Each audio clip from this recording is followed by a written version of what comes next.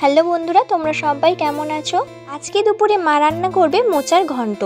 তাই মা বলল এই মোচাটা বানিয়ে দিতে হবে আমাকে। তাই আমি মোচাটা বানানোর জন্য বসে গেছি। আর এই মোচাটা আমাদের বাড়ির গাছেরই মোচা।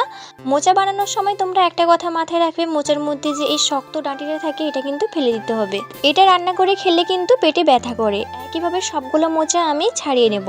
মোচাটা ছাড়ানোর পর যখন এই সবুজ অংশটা পর্যন্ত চলে আসবে, এই সবুজ অংশটা ফেলে দেবো না। এটা কুচি কুচি করে কেটে নেব। আর মোচার মধ্যে আমি আলুও দিয়েছিলাম, তারপর লবণ আর হলুদ দিয়ে এটা সেদ্ধ করতে বসালাম। এইদিকে মা আলু আর ফুলকপিটা কেটে নিয়েছে। আলু ফুলকপি দিয়ে মাছের ঝোল করা হবে।